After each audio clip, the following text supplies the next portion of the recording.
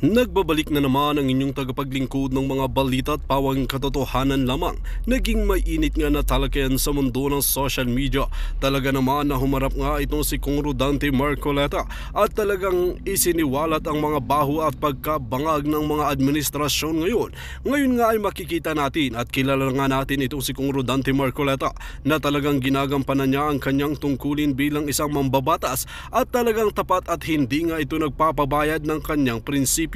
Ngayon nga ay talagang wala nang kawala ang mga korap ng mga opisyales dahil magkakaalaman na sa Korte Suprema, lalong-lalo na't darating na naman ang susunod na halalan kaya walang kawala ang mga politiko na ito na kung magbabayad sila ay mahuhuli na sila ng tuluyan. Well mga kaibigan, para nga sa karagdagang impormasyon, panoorin nga natin ang buong detalye. At kung bago ka pa lamang sa akin channel, huwag kalimutan i-click ang subscribe button at notification bell para lagi kang update sa ating mga bagong video. At para sa solid viewers natin dyan, maraming salamat sa walang sawang pagsuporta. Yung tama sa ating para sa ating mga kababayan. Ano po yung naghimok sa inyo? O ano yung nag-inspire sa inyo para kayo ay ipagpatuloy ang inyong pag-aalab para sa bayan sa Senate naman po? Marami kasing nananawagan at nanawagan na Ms. Maharlika na tayo'y magpatuloy pa sa paglilingkod sapagkat alam naman nila na matatapos na yung termino ko by next year. So sabi nila, baka naman mas mahikayat ka naming makagawa ng mas mataas na uri ng paglilingkod kung ikaw ay makarating sa Senado. Na alam naman namin, sabi nila, na kailangan sigurong magkaroon naman ng quality ang ating Senado ngayon. Ganun ang pagkakasabi nila sa akin, Ms. Maharlika. So tinanggap ko yung hamon nila. Wow. So kung ano yung passion mo, I mean, in terms of helping more sa taong bayan, I mean, you as a congressman, di ba? Ano yung magiging tututukan mo pagdating po sa, we're looking forward sa Senado po. Ano yung magiging tututukan mong issue?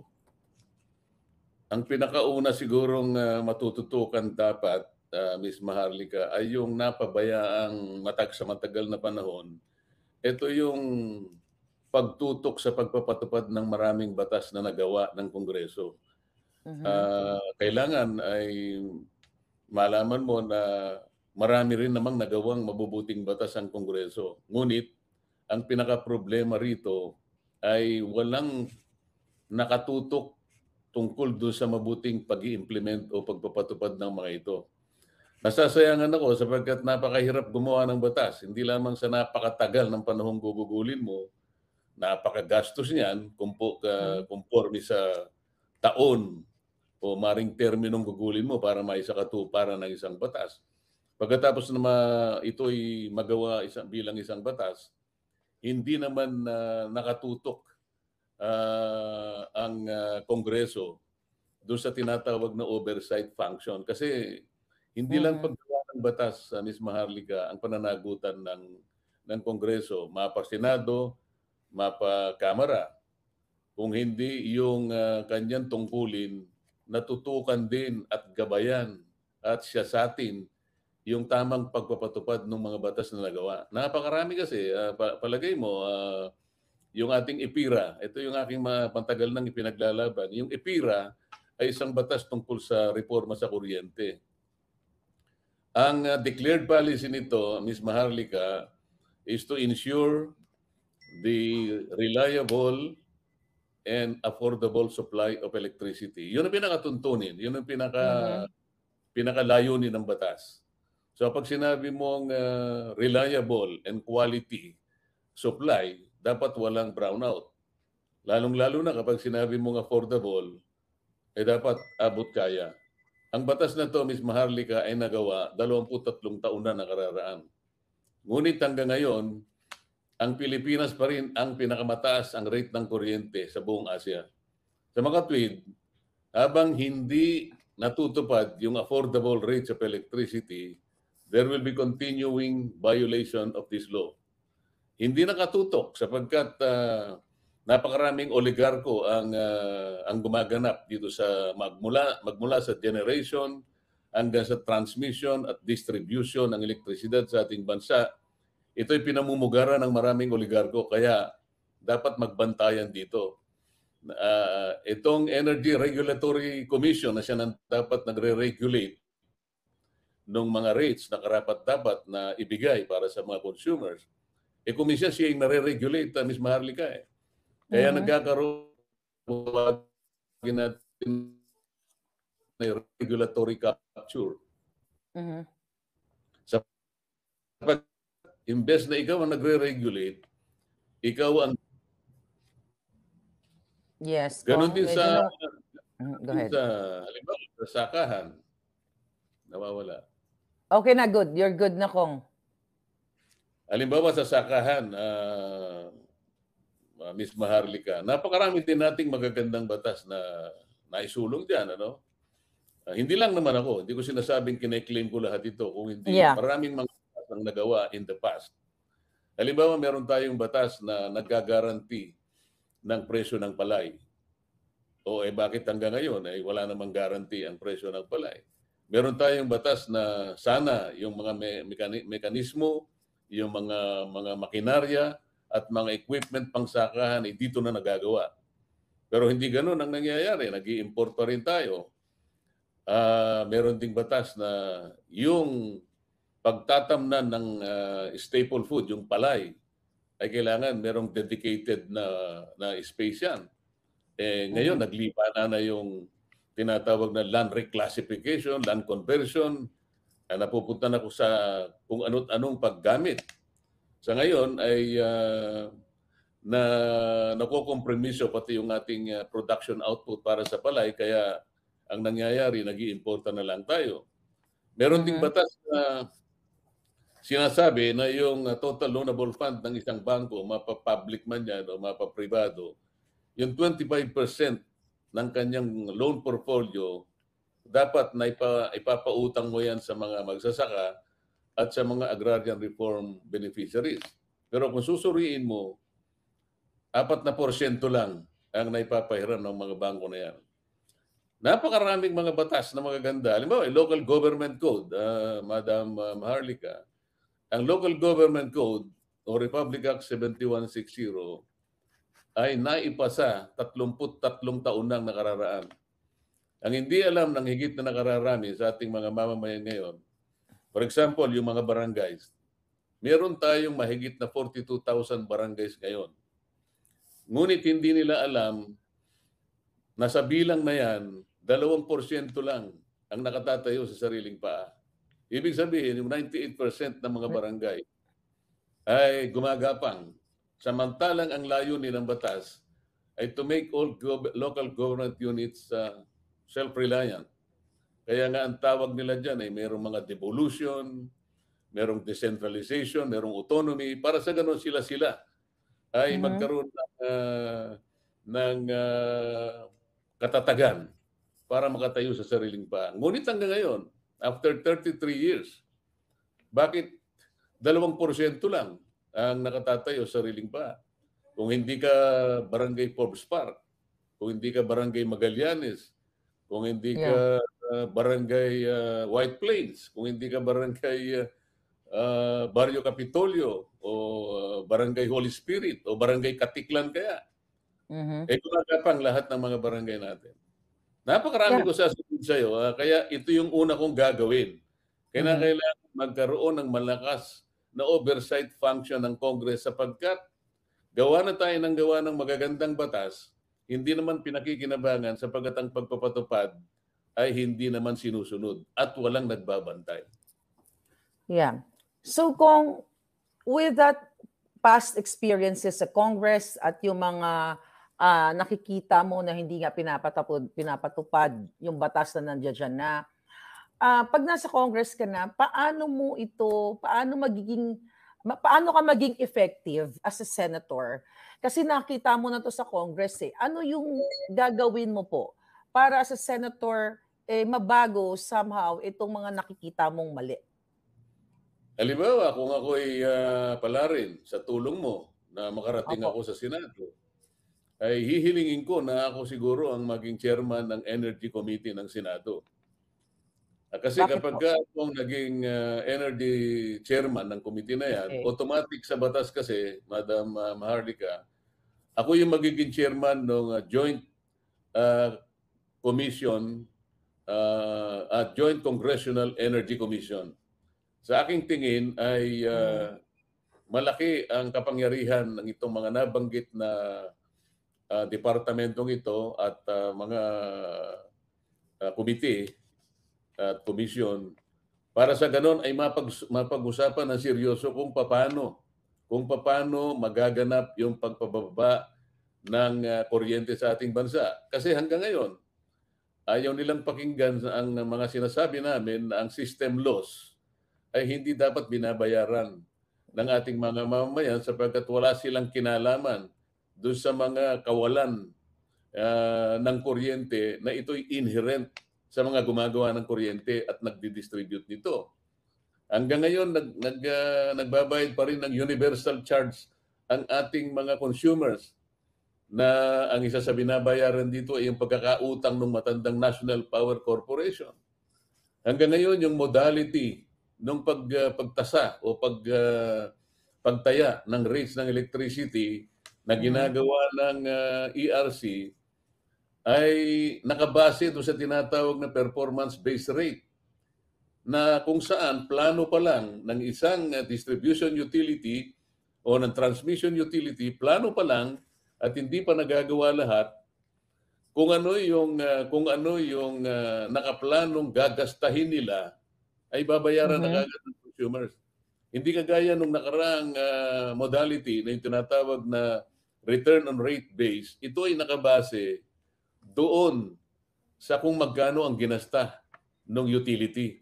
Makatwiran yun sapagkat base sa kanyang ginasta, doon kakukuha nung iyong maaring maging ganansya. Ngunit sa ngayon ay hindi. Plano pa lang na ito yung kanilang gagawin at nakalagay dyan ang kanilang gagastahin ay magbabayad ka na base sa plano. Pangalawa, hindi nagagawa yung tinatawag na ARCOA. Ito yung pagtitingi ng mga o yung pagkalas doon sa tinatawag na tinatawag na captive market, for example, ng Meralco. Yung ARCOA ay tinatawag retail competition and open access. Ibig sabihin kung isang community ay nakagagasta ng total na 500 kilowatts. Alam mo, yung subdivision namin, 500 kilowatts. Pwede ka nang mag-apply doon sa tinatawag na ARCOA na kung saan pwede kang kumalas sa captive market ng Meralco at may tuturing ka ngayon na contestable market. Makakapili ka ngayon ng magsusupply sa'yo doon sa mababang, maaring mas mababa kesa doon sa dating ibinibigay o pinapasa ng Meralco. So marami akong naiisip na kaparaanan. Magtatagal lamang tayo kung iisa-isahin ko. Yeah. Kaya ako gustong pumunta ron. Alam ko iba yung dynamic sa Senado, Ms. Maharlika. Dito sa House of Representatives, tumanda na ako dito. Na-google ko na ang mahigit na 17 years. Iba ang dynamic. Yung pakikisama rito, sobra-sobra. At masyadong mabagal ang mga magagawa mo rito at maaaring ma-frustrate ka pa, kagayang nangyari sa akin itong mga huling araw. Frustrations na nangyari sa akin. Kaya sabi ng mga kasama ko at kasama sa mga nananawagan, umalis ka na riyan, pumunta ka na lang sa Senado. Dadaling ka namin doon. Sapagkat doon, kumbaga sa niluto ngayon, hindi namin malaman kung anong luto ang Senado ngayon eh. Hindi namin mapicturan kung yan ay kare-kare, kung paksiw, kung adobo, kung sinigang. Sapagkat yung mga nandyan ay hindi, yung sahog ay hindi magkakatugma. Ngayon, kaya ka namin gustong dalhin dyan, kahit hindi magkakatugma yung sahog na yun dyan, baka ay magsilbing magic sarap na lang. At doon sa lasa na yun, na matitikman ng mamamayan, doon sa lasa pa lang, Baka pagmulan na yan ng pag-asa. Yun ang kanila sinabi Ms. Maharlika. Actually, maganda yung pagpapaliwanag mo, no, Kong, dahil, mababawasan yung burden ng ating mga mamamayang Pilipino dahil sa mga hindi makatarungang mga charges nga dyan, katulad na ng system law sa Meralco. Kung ano yung sa tingin mo talaga na nagiging problema dyan sa Congress? Kasi recently, di po ba tinanggalan ka ng 5 committee? Tama po ba? Tinanggal ka ng as chairman at member of the committee of the Yung aking mga uh, committees, Ms. yeah. Maharlika, pati nga aking pagiging vice chair doon sa mga committees na yon, lalong-lalo na yung pagiging miyembro ko sa Commission on Appointments, ay Yes. talagang hinubaran ako. Ganun ang kanilang pananaw kung ang isang katulad ko ay nagpapaalala lang sa kanila kung ano yung mga aksyon na nakabase sa tuntunin. Kung ano yung mga dapat nating gawin na huwag tayong tataliwas sa mga tuntunin na pinangalagaan natin. Ang totoo, yung mga yan ay naging tradisyon na sa atin. Ayaw nila ng gano'n. At pagkatapos, siguro, dahil nga sa kanilang kagustuhan na ako'y sumama sa Quadcom at ako naman ayaw na sumama dyan sapagkat wala akong nakikitang kabutihan at Yeah. walang koreksyon. Ang sabi ko sa kanila, kahit na gawin pa nating Quadcom yan, hindi pa rin tayo makaiiwas sa pananagutan ng lahat ng gagawin yan ay in aid of legislation. Mhm.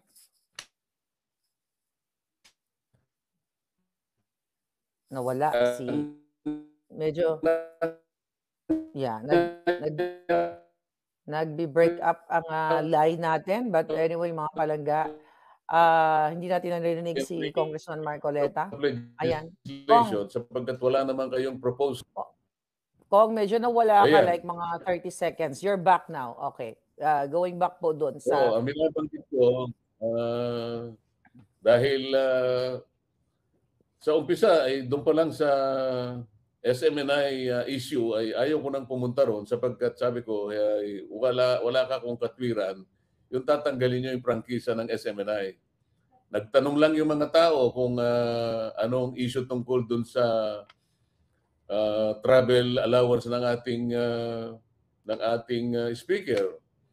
Yun naman ay isang legitimate issue. Question. At ito ay kasasangkutan ng public interest. Ba't hindi natin sagutin? Ba't kinakailangan natin silang usigin at dalhin dito, imbestigahan at pagkatapos ipakulong sila?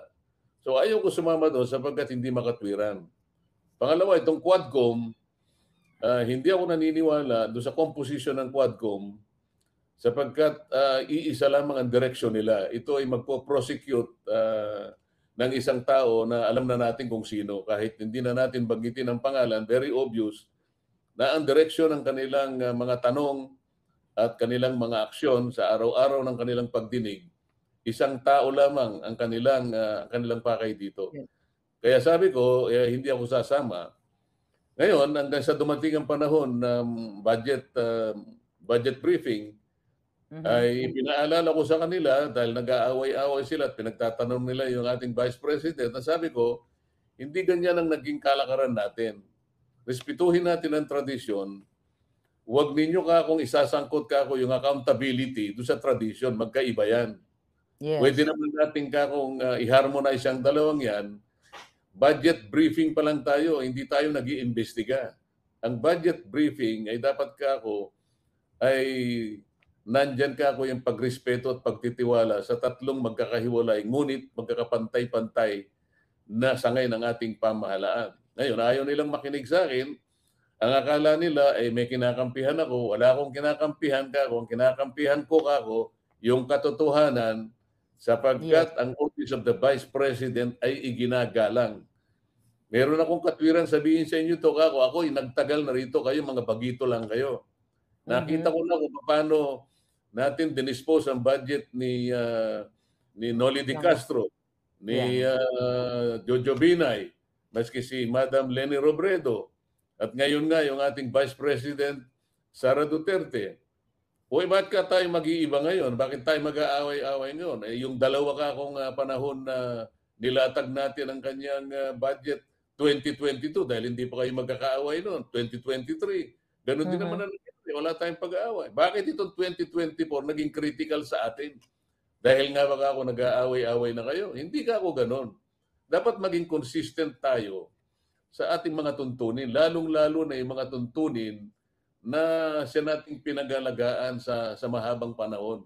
Ang institution natin ay tayo ang nagiging ay tayo ang kanyang muka. Sa kung kapag ka tayo ay ganito, hindi na tayo karapat-dapat na na na manatili pa sa isang institution na dapat sana ay tayo ang nagmamahal at gumagalang. Ayun, ang ginawa nila, tinanggal lahat ako sa mga committees at saka yung aking membership sa Commission on Appointments. Yun, actually nakita namin yun kung Marcoleta 'no. Nakakalungkot kasi yung mga tinatawag na nating lingkod bayan ay sila pa yung mga bumabali at hindi sumusunod sa ating konstitusyon, sa ating batas. So, kayo po bilang congressman nakita ninyo yung, injustice, talagang unfair treatment sa Vice President at sa iyo. Paano nila ngayon yung ang mga mamamayan na tumitingala dito sa mga politiko na 'to na dapat sila po ang gagawa ng tama, ipapatupad ang mga batas, irerespeto para sa taong bayan. So, ang nararamdaman po kasi namin, like ako, nakikita ko, active ako everyday, mino-monitor ko nangyayari sa Pilipinas, parang hopeless case na ang ating ang ating bayan. Magiging hopeless nga kapag hindi tayo nagkaroon ng pagbabago. Kaya nga pinili ko na kumandidato na senador na independent para sa pamagitan man lang nito ay maipakita natin sa kanila na kahit kailan ay ang sinasaydan lang natin kung ano yung tama, kung ano yung totoo at kung ano yung matuwid. Ayaw Mhm, natin mag-side ng kung kani-kanino sapagkat ang gagawin nating pagsaside kung kani-kanino ay magpapasama lang sa kalagayan natin. Ngunit ang nakikita ng mga taong bayan ngayon, akala naman ng aming leadership sa House of Representatives sa pamimigay ng kung ano-anong mga ayuda sapagkat ito na lang ang nalalaman nilang yeah, gawin dahil maraming nahihirapan at maraming mahihirap ngayon. Ang buong akala nila ay sa pamimigay ng ayuda ay natutuwa na yung mga tao. Hindi ganoon ang nararamdaman, yeah, Miss Maharlika, no? Unang-una, yung pamimigay ng ayuda na iba't ibang klase, merong AIX, merong AKAP, merong MAIP, merong TUPAD. Maganda naman ang epekto nito. Kaya lang, kapag hindi natin masusustain ito on a long-term basis, sapagkat ang kailangan ng tao ay yung trabaho. Kaya na kailangan payabungin natin ang ating ekonomiya. Kaya nga na pinipilit ko nga ibaba ang kuryente itong pagsisimula ng maraming yeah, negosyo ang tatayo sa ating bansa sapagkat pag mababa ang kuryente, may inganyo ang mga mamumuhunan magtayo ng negosyo ng mga pabrika na kung saan magge-generate ng maraming trabaho, makaka-produce ng maraming pagkain, bababa ang pagkain. Ito ang kailangan ng mamamayan, hindi yung ayuda. Hindi yung bigay dito, hindi yung bigay doon. Akala naman nila ay gusto yata nilang sabihin sa tao na yung pinamimigay nila ay galing sa bulsa nila. Hindi po, pera din natin ito eh. Pera din ng gobyerno ito eh. Hindi po mhm, ito yung unang tuntunin o yung gawain ng Congress. Hindi po kami inihalal ng mamamayan bilang congressmen or congresswomen para kami pumunta sa lugar nila at mamigay po ng ayuda. Hindi po yun ang tungkulin namin. Maaari pong sa ibang pagkakataon na ipadadaloy sa amin. Ngunit hindi po yun ang pangunahing gawain namin. Kaya maaring namamali po yung ibang kababayan natin na akala nila dahil sa nabibigyan sila ng ayuda, napakaganda na po ng ginagawa namin. Sa totoo lang, Ms. Maharlika, yeah, sa maraming pagkakataon na lumibot ang mga kasamahan ko sa mga ayu-ayudang ganito, siguro nakakamahigit na 15 lugar na, isa lang ang aking napuntahan. Dahil nga meron akong isang dahilan na personal kaya lang ako pumunta ron.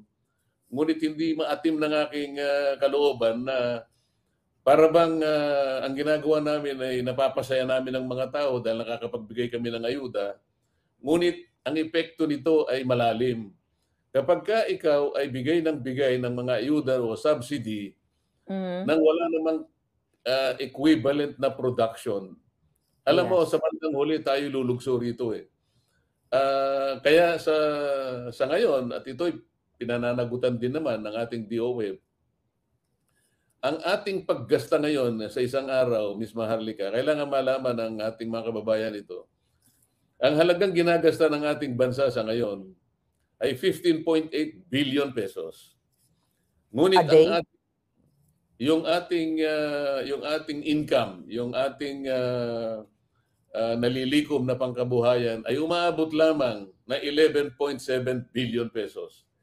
Sa makatwid, meron tayong deficit na 4.1 Yeah. billion pesos. Araw-araw ito. Ibig sabihin, tayo ay nangungutang ng 4.1 billion pesos per day para lang masustain natin ang ekonomiya. Ibig sabihin yan, ewan ko, mga 270 million per hour. My Ganito ang God. nangyayari sa atin. Ang long-term effect nito hindi makakabuti sa ating ekonomiya. Maaring sa unang tingin, ang mga tao sapagkat naaabutan sila ng konting Tanggap. tulong, baka mapasaya mo sila. Ngunit sa ilang araw lang siguro yon. Ano naman ang kinabukasan nila? Ito yung magiging problema, Ms. Maharlika. Yeah. Siguro mag-a-agree ang mga nanonood sa atin, ang mga taong bayan, talagang ginagamit itong ayuda na ito para talagang i-politicize or in preparation sa darating na eleksyon.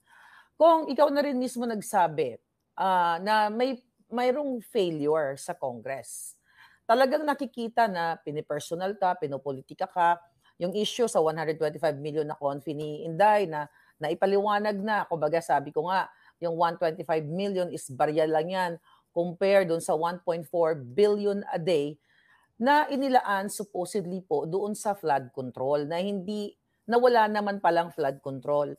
Kung bakit hindi hini-hear diyan, hindi pinag-uusapan diyan sa Congress. Yung tungkol dito sa 1.4 billion na to, na flood control. Yun nga yung aking sinasabi rin sa kanila. Mula pa nung unang pagbaha, mga 3 buwan na nakararaan, ay nabanggit na yung mahigit na 5,000 flood control projects na yan. Ngunit biglang lumubog ang Metro Manila. Itong Yes. huli, 1 linggo lang ang nakararaan, lumubog ang buong 95% ng Bicol region was submerged sa tubig. Yeah. Ngayon, sa kwenta ko, yung 3 taon na ginugol nila sa flood control ay umabot ng 24 billion pesos. Bakit Okay. kung talagang ito'y nailatag, 24 billion pesos, bakit 95% ng buong Bicol region ay binaha? At ito ay parang ngayon lang nangyari. Base na rin sa mga taga roon na aking nakakausap. Ngayon lang daw nangyari ang ganito kalawak na pagbaha na pinsala, 95% ang Bicol region. Ngayon, ito isang bagay na hindi kinakailangan na ng ebidensya. Yeah. Kung talagang nailatag yung 24 billion worth of flood control projects, bakit 95% ng buong Bicol ay binaha? At ngayon lang nangyari ito. Kung kailan kaya naglatag ba ng ganong kalaking halaga, doon ka pa babahayin? Kaya sabi ko, ito yata ang mas mabuting atupagin ng Quadcom. Yes. Kasi ang Quadcom, kahit wala ng resolution siguro, wag na kayong maghintay ng petition o kaya ng complaint o ng sumbong o ng anumang pasabi sa inyo. Pwede nyo i-adapt ito sa inyong kapangyarihan na tumawag motu proprio. Ibig sabihin, kahit walang pasabi, kahit walang complaint, kahit walang resolution, sa sarili nyo na akuin na ninyo sapagkat malala na ang problema eh. Ayaw nila. Ewan ko kung merong magtatangka isa man sa kanila, baka yung karamihan sa kanila magkaroon ng problema kapag sinyasat ang bahagi na yan. Yeah, kitang-kita po 'yan ng taong bayan ang problema talaga diyan sa ating bayan, ano. Kung matanong ko lang, what is your view sa approach ng Marcos Jr. dito sa